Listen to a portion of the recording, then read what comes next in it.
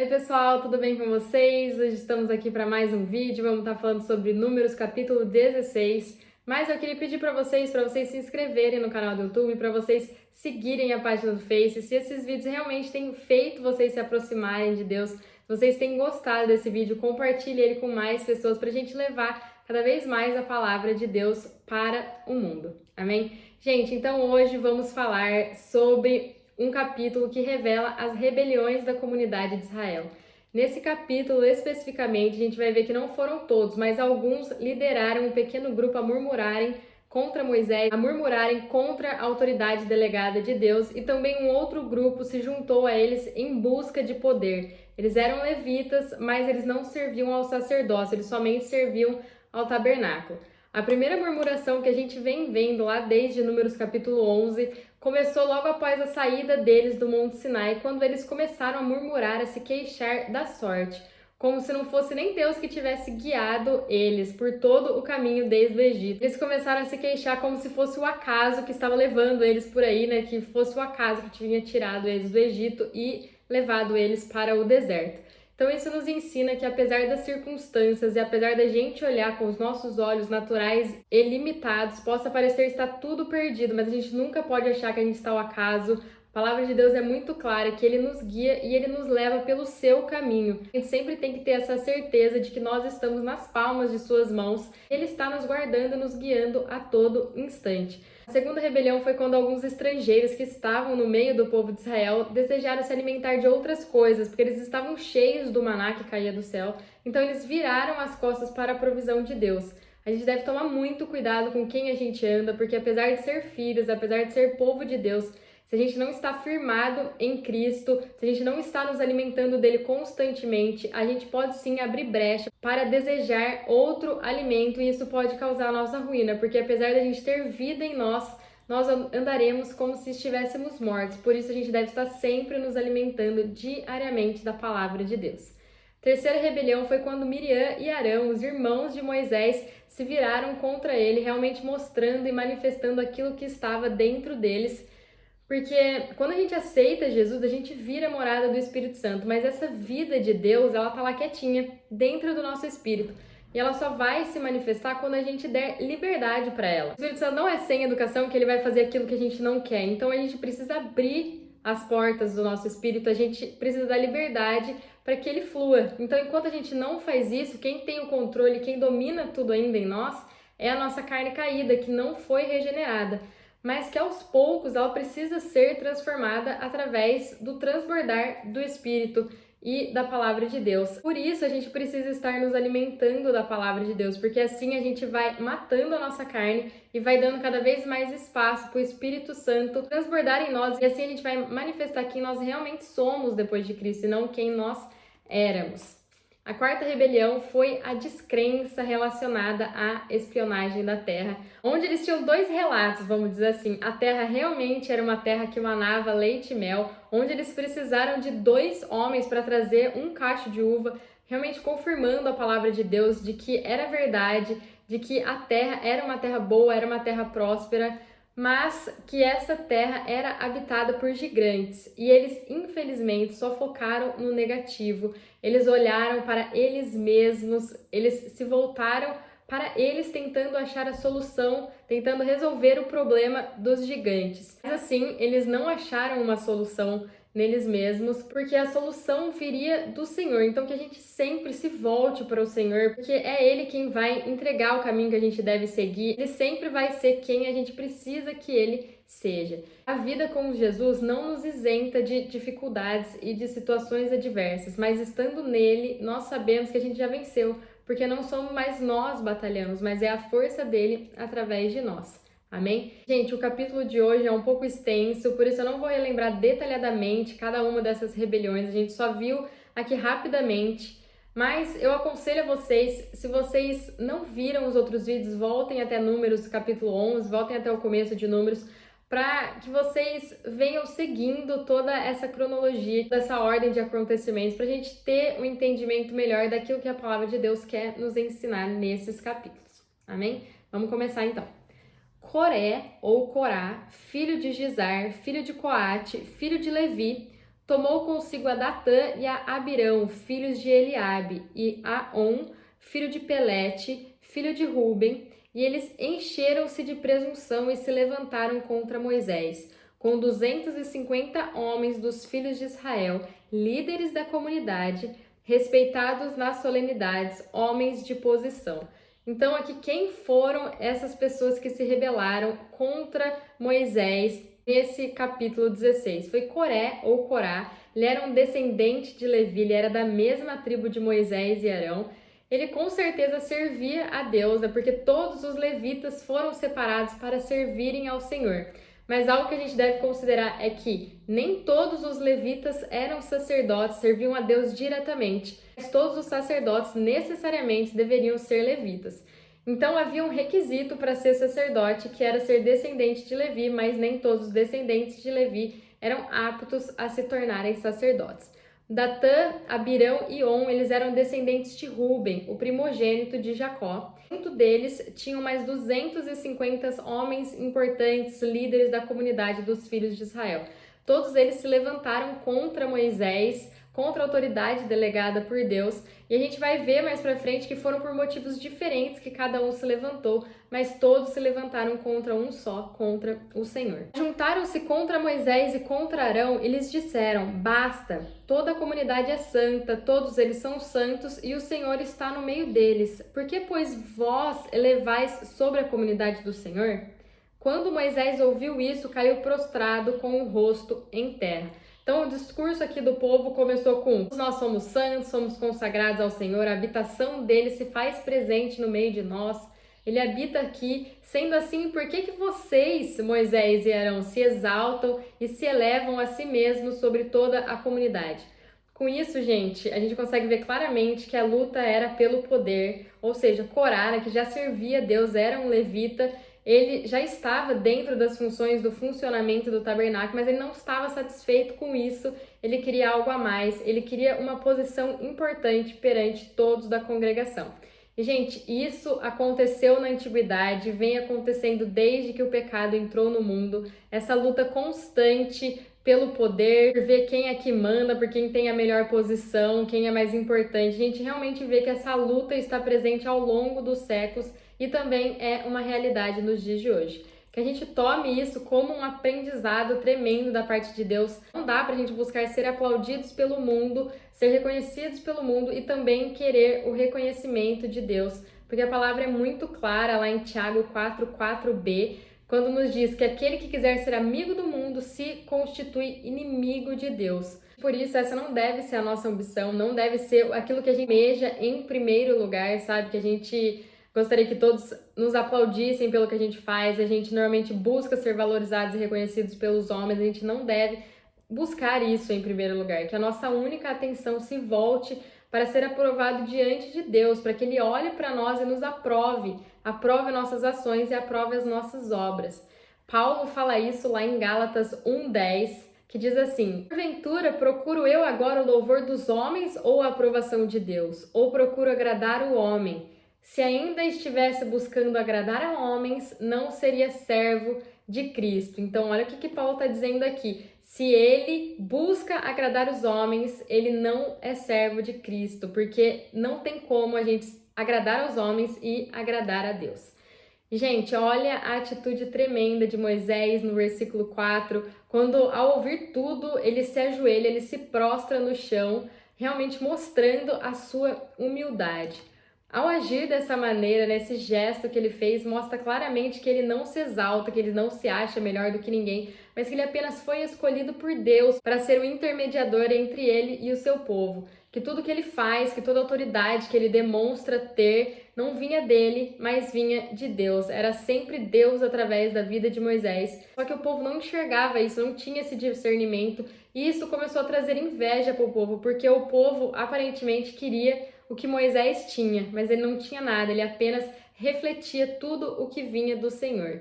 Então, que o nosso agir possa ser igual ao de Moisés, né? Realmente ao se prostrar, ao declarar que a gente não é nada, que a gente não reflete mais a nós mesmos. A gente possa declarar para as pessoas: aquilo que vocês veem, aquilo que vocês acham que é de mim, não é de mim, é do Senhor, é Ele se manifestando através da minha vida, porque eu me renunciei completamente para Ele viver em mim. Amém? Então Moisés disse a Coré e a todos os seus seguidores: amanhã pela manhã o Senhor fará saber quem é seu e quem é o seu santo que ele fará chegar a si.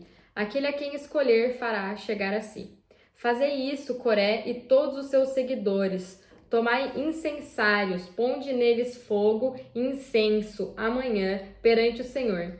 O homem a quem o Senhor escolher, este será o santo. Isso vos é suficiente, filhos de Levi. Então aqui nesses versículos a gente vê mais uma vez Moisés dizendo e declarando que Deus é o juiz e que era ele que julgaria essa causa. Moisés declarou que Deus iria demonstrar quem era dele e qual era o homem consagrado que poderia se aproximar dele, e a pessoa que Deus fizesse se aproximar seria quem ele havia escolhido. Gente, Moisés ele não retrucou, ele não entrou em atrito com nenhum desses homens, né, que haviam levantado essa rebelião. Ele apenas deu orientações de como todos eles, né, como todos os rebeldes deveriam comparecer na presença do único que seria capaz de julgar toda essa situação, o Senhor. Então, os levitas eles deveriam queimar incenso em panelas de fogo ou incensários, o que, na verdade, somente Arão e seus filhos podiam fazer, para que Deus pudesse mostrar sua aprovação em relação a eles, queimando incenso ou não. Disse mais Moisés a Coré: ouve agora, filhos de Levi. Porventura, pouco é para vós que o Deus de Israel vos tenha separado da comunidade de Israel, para vos fazer chegar a si, a fim de fazeres o serviço do tabernáculo do Senhor e estar diante da comunidade para servi-la? Ele te fez chegar a si, Corá, e todos os teus irmãos, os filhos de Levi, contigo, e também procurais o sacerdócio, pelo que tu e todos os teus seguidores estáis congregados contra o Senhor. Quem é Arão para que murmureis contra ele? Então, esses versículos aqui a gente consegue ver claramente a causa dessa rebelião, né? Que era assim a luta pelo poder, a luta por uma posição maior. Mostra a ganância de Corá e de seus seguidores, que eles já eram separados ao Senhor, eles já serviam ao Senhor. Corá, ele era um levita da família dos filhos de Coate, ele era um coatita. E se a gente voltar lá em Números 3:31, vai nos dizer que os filhos de Coate, eles ficaram responsáveis pelas coisas santíssimas, né? Então eles tinham cuidado com a arca, com a mesa, com o candelabro, com os utensílios do santuário, com os altares. Eles ficaram encarregados desse serviço, do serviço levítico. Eles serviam aos sacerdotes. Mas o que deixa transparecer aqui é que apesar disso, é que apesar da posição deles ser de extrema importância, eles não estavam satisfeitos e eles queriam cada vez mais. Então, por mais a posição deles ser realmente importante, né, eles estavam responsáveis pelo funcionamento da morada de Deus, mas eles estavam querendo o reconhecimento diante da congregação, né? Eles queriam ser almejados, aplaudidos, glorificados pelos homens. Eles almejavam isso sem nem entender que todos eram importantes, cada um no propósito que foi estabelecido e designado por Deus. Então a gente deve ter cuidado, porque o Senhor entregou para cada um de nós dons e talentos que a gente precisa deixar fluir para o bom funcionamento do corpo de Cristo. Então cada um de nós é uma parte importante e fundamental para Cristo se mover aqui na Terra. Então a gente não deve olhar para o outro, almejar aquilo que ele tem. Por exemplo, ele prega melhor, ele fala melhor, ele alcança mais pessoas. O que a gente deve ter em mente é que cada um de nós é importante e tem um dom específico que foi derramado em nós por Cristo. E o versículo 11 aqui a gente entende que toda essa rebelião não era contra Moisés, não era contra a família do sacerdote Arão, mas era contra o próprio Senhor, porque ele havia estabelecido o lugar e determinado as funções de cada um dentro da comunidade dos filhos de Israel. Então Moisés está mostrando para todo mundo, deixando bem claro que toda essa murmuração, esse reclamar deles, não era contra os homens que estavam adiante dele, mas era contra o próprio Senhor. Moisés mandou chamar a Datã e a Abirão, filhos de Eliabe. Eles, porém, disseram: não subiremos. Porventura é pouco que nos fizeste subir de uma terra em que manam leite e mel para nos matares neste deserto, senão que também totalmente domines sobre nós? Além do mais, não nos trouxeste a uma terra em que manam leite e mel, nem nos destes campos e vinhas em herança. Porventura arrancarás os olhos destes homens? Não subiremos. Moisés mandou chamar os filhos de Eliabe, da tribo de Ruben. Afinal, no início do capítulo, a gente viu que eles também se levantaram em oposição à autoridade de Deus aqui na terra, em oposição a Moisés. mas eles se recusaram a se submeter a esse chamado de Moisés, eles se recusaram a se submeter à autoridade dele. E nesses versículos a gente consegue ver o motivo dessa conspiração contra Moisés.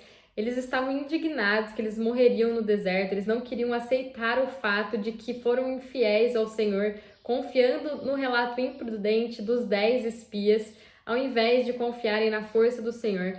Porque eles tinham uma promessa da parte de Deus, eles somente deveriam ter confiado naquele que os tirou do Egito com mão forte. Assim como Adão e Eva, eles procuraram terceirizar a culpa deles quando eles comeram o fruto da árvore do conhecimento do bem e do mal, tentando achar alguém para culpar por ter desobedecido a Deus e terem que sofrer as consequências de suas atitudes.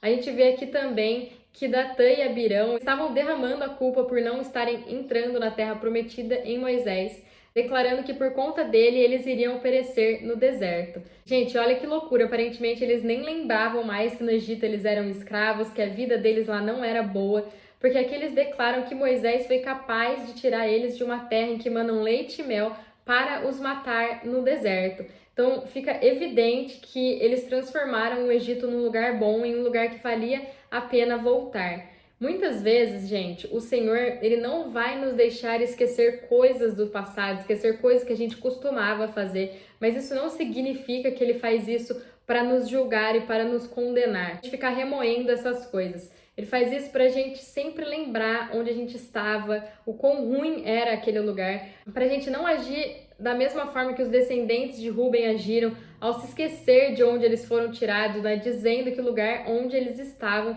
era um lugar bom, era um lugar de fartura, de prosperidade, de que valia a pena voltar. O Senhor faz a gente relembrar das coisas do passado, para que a gente sempre olhe para frente, independente das circunstâncias, porque é muito mais prosseguir ao alvo, mesmo que a gente precise sair da nossa zona de conforto, mesmo que a gente precise lutar contra nós mesmos, do que a gente estagnar, olhar para trás e querer voltar, sem nem lembrar de que onde a gente estava não valia nem a pena estar. Então, gente, eu quero dizer algo muito importante para vocês. Lá em Jeremias, a palavra de Deus nos diz: portanto, somente eu conheço os planos que determinei a vosso respeito, declara Yahvé, planos de fazê-los prosperar e de não lhes causar dor e prejuízo, plano de vos dar esperança e um futuro melhor. Então, os planos do Senhor para a nossa vida são planos de paz, são planos de prosperidade. Ele nunca quer nos causar dano. O problema é que muitas vezes nós projetamos e avançamos segundo os nossos planos e com isso a gente vai nos afastando dos planos de Deus e colhendo aquilo que a gente está plantando.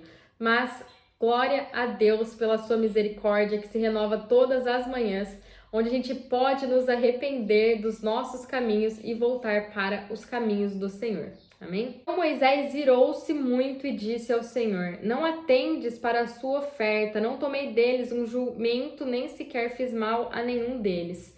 Então aqui mostra realmente que Moisés fica indignado com tamanha falta de consideração com o Senhor, onde eles declararam que quem havia tirado eles do Egito havia sido Moisés e não o Senhor. E mais, eles declararam que o lugar onde eles estavam era um lugar bom. Então eles não tinham gratidão nenhuma no coração deles, porque só é grato quem lembra de onde estava e do que fazia, de como Deus foi lá buscar, sabe? De como Deus foi lá no buraco, te trouxe de volta, te abraçou e mudou completamente a sua vida. Então um coração grato é um coração com lembrança, que relembra e sabe tudo aquilo que o Senhor já fez e tenha certeza de que Deus fará novamente. Então eu creio que essa fala de Moisés aqui ao Senhor demonstra a humanidade do servo de Deus, em que ele não é perfeito, mostra sua fraqueza em realmente não aguentar mais esse povo teimoso, incrédulo, infiel, ingrato, mas glória a Deus que o Senhor é tardio em irar-se e é paciente e bondoso. Disse mais a Coré: tu e teus seguidores põem de vós perante o Senhor, tu e eles e também Arão. Tomai cada um o seu incensário e neles põe de incenso. Trazei cada um o seu incensário perante o Senhor, 250 incensários. Também tu e Arão, cada qual o seu incensário. Tomaram, pois, cada qual o seu incensário, neles puseram fogo e incenso, e se colocaram à entrada da tenda da congregação, com Moisés e Arão. Quando Coré juntou contra eles toda a comunidade à entrada da tenda da congregação, a glória do Senhor apareceu a toda a congregação. Mais uma vez a gente vê uma atitude a ser tomada como exemplo da parte de Moisés, onde ele declara mais uma vez a soberania de Deus. Ele não tenta ser o juiz da situação e julgar essa causa, mas ele dá direções de como eles deveriam comparecer perante o único que conseguiria julgar e ser justo diante de toda essa situação, que era o próprio Deus. E assim foi feito. Todos eles apareceram diante da entrada da tenda da congregação, com os incensários na mão, com fogo, com incenso, lembrando que somente Arão e seus filhos, os sacerdotes, que podiam queimar incenso perante o Senhor. E a gente pode até lembrar quando os 2 filhos de Arão, eles ofereceram incenso estranho ao Senhor, e até mesmo aqueles que podiam oferecer incenso ofereceram da maneira errada, e o fogo do Senhor os consumiu. Então, eles estavam ali, todos posicionados perante a tenda do encontro, e então a glória do Senhor apareceu. Algo que a gente precisa ter em mente é que, independente do que esteja acontecendo aqui na Terra, o Senhor é soberano sobre tudo e sobre todos. Então, tudo está nas mãos dele, sob o seu controle. E no momento certo, no momento determinado por ele, e não no momento que a gente quer, ele vai aparecer para colocar tudo no seu devido lugar. Disse o Senhor a Moisés e Arão: apartai-vos do meio desta congregação e os consumirei como num momento. Eles, porém, se prostraram sobre os seus rostos e disseram: ó Deus, Deus dos espíritos de todos os viventes, pecará um só homem e tu te indignarás contra toda esta comunidade? Ao aparecer, o Senhor queria destruir essa congregação, não somente por conta desse evento, mas era um acúmulo, essa junção de todos esses comportamentos que eles já vinham tendo, esse comportamento de incredulidade, de infidelidade. O Senhor tinha sim esse direito, afinal ele é soberano sobre tudo e sobre todos, mas Moisés e Arão, mais uma vez, eles intercedem pelo povo, declarando a soberania do Senhor, declarando também que ele é justo, por isso, porque ele iria condenar a todos se somente um homem havia pecado. Disse o Senhor a Moisés, disse a toda essa comunidade: levantai-vos do redor da tenda de Coré, Datã e Abirão. Então Moisés se levantou e foi a Datã e Abirão, e após ele foram as autoridades de Israel, e disse à comunidade: desviai-vos, peço-vos, das tendas desses homens ímpios, e não toqueis nada do que é seu, para que porventura não pereçais em todos os seus pecados. Levantaram-se, pois, do redor da tenda de Coré, Datã e Abirão, e Datã e Abirão saíram e se puseram à porta de suas tendas com as suas mulheres, seus filhos e suas crianças. Nesses versículos a gente vê que o Senhor está separando aqueles que se rebelaram contra ele, aqueles que se recusaram a se submeter à autoridade, para que nos versículos seguintes pudesse derramar o seu julgamento sobre todos aqueles que viraram as costas para ele, que não estavam dispostos mais de o tê-lo como Senhor, como o seu provedor. Eles estavam realmente escolhendo o Egito, escolhendo o mundo, do que escolhendo o Senhor. Isso nos leva e aponta para o julgamento de Deus sobre todos aqueles que não estiverem debaixo do sangue de Cristo, que não quiseram se submeter à autoridade dele em suas vidas, que não declararam que ele é o Senhor. Gente, Deus é amor e a todo momento ele está nos dando a oportunidade de declarar que Jesus é o Senhor de nossas vidas, mas ele também é justo para fazer essa separação e julgar aqueles que viraram as costas para o seu Filho e não aceitaram a salvação que vem mediante a fé em Cristo Jesus. Sempre lembrando que tudo isso realmente aconteceu na vida dos israelitas, tá? Foi tudo real, tudo que está nos descrito aqui nessas passagens. Mas antes eles não tinham a revelação completa, porque ainda não havia chegado a plenitude dos tempos e a manifestação de Cristo. Afinal, tudo aponta para ele. Então disse Moisés: nisto conhecereis que o Senhor me enviou a fazer todos esses feitos, que não procedem de meu coração. Se estes homens morrerem como morrem todos os homens, e acontecer com eles o que normalmente acontece a todos os homens, então o Senhor não me enviou. Se, porém, o Senhor fizer alguma coisa estranha e a terra abrir a sua boca e os tragar com tudo que é seu, e vivos descerem ao sepulcro, então conhecereis que estes homens desprezaram o Senhor. Acabando ele de falar todas essas palavras, o solo se fendeu sobre os seus pés. Abriu a boca e os tragou com as suas casas, bem como com todos os homens de Coré e todos os seus bens. Eles e tudo o que lhes pertencia desceram vivos ao sepulcro.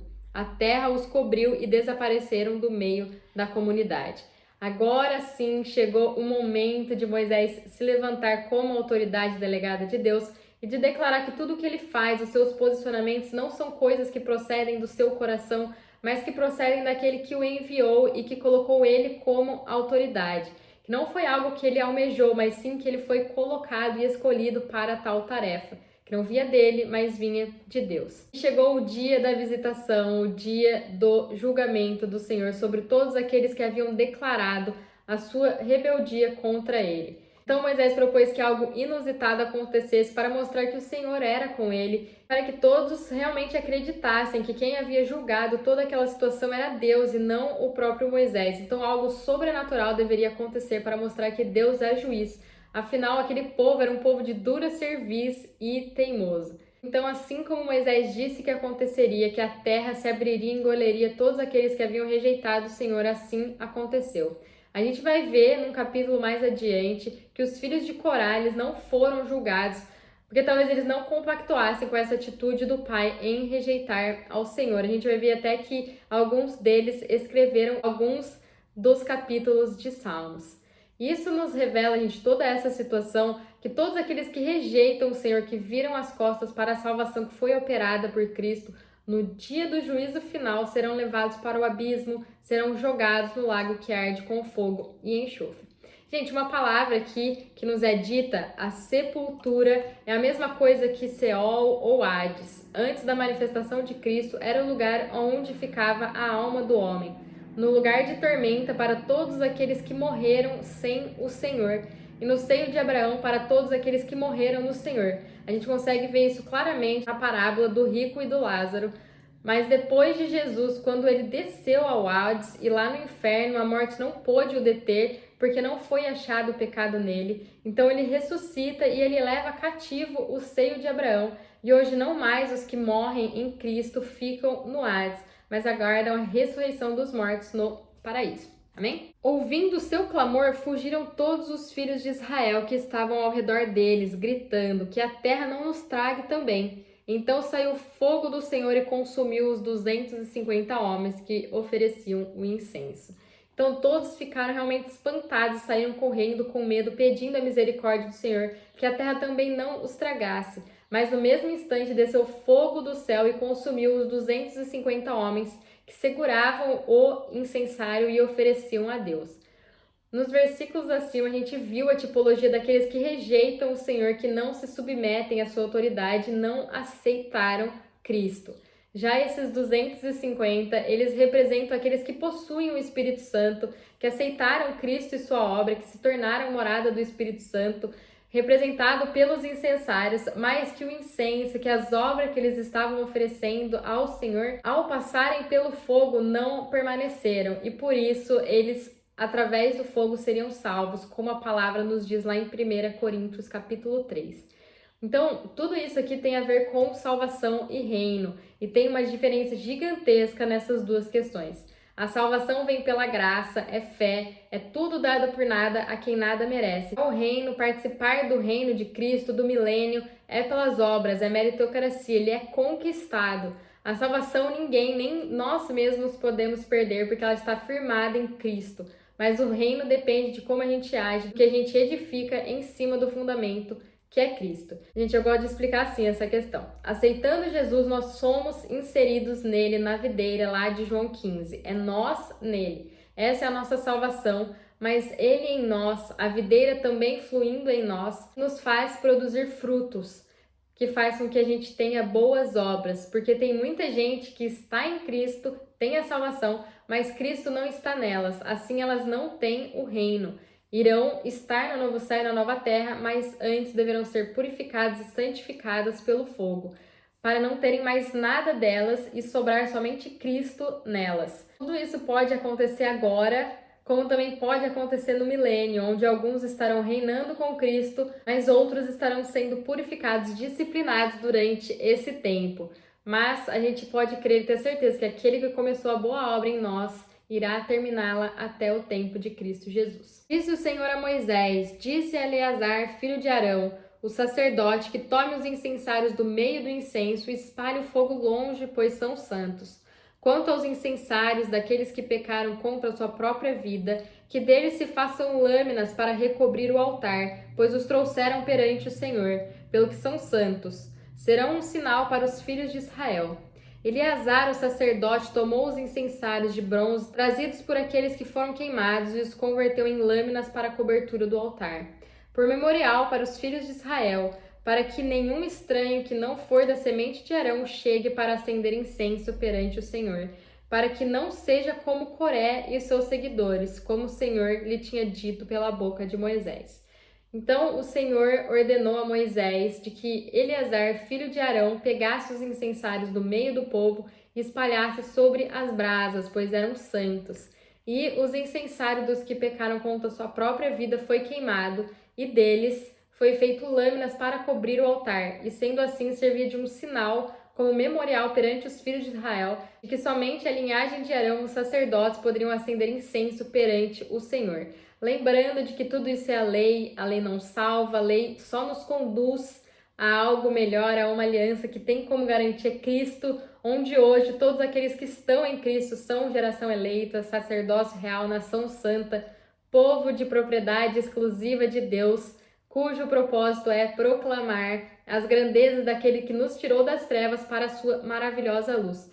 Então, todos nós que estamos em Cristo, aceitamos Ele como Senhor e Salvador de nossas vidas, nos tornamos sacerdotes de Deus e não mais seguramos o seu incensário para nos apresentar diante dele, mas nos tornamos morada do Espírito Santo, onde Ele em nós faz com que a gente transborde um incenso que é Cristo.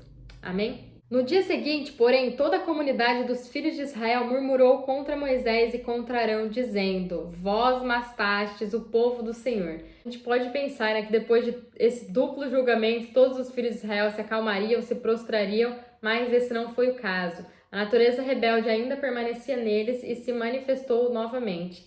Então, esses versículos finais nos revelam que a natureza rebelde dos filhos de Israel ainda estava presente e impregnada neles. Quando a comunidade se juntou contra Moisés e Arão, virou-se para a tenda da congregação, de súbito a nuvem a cobriu e a glória do Senhor apareceu. Então vieram Moisés e Arão perante a tenda da congregação, e o Senhor disse a Moisés: Levantai-vos do meio dessa comunidade e a consumirei num momento.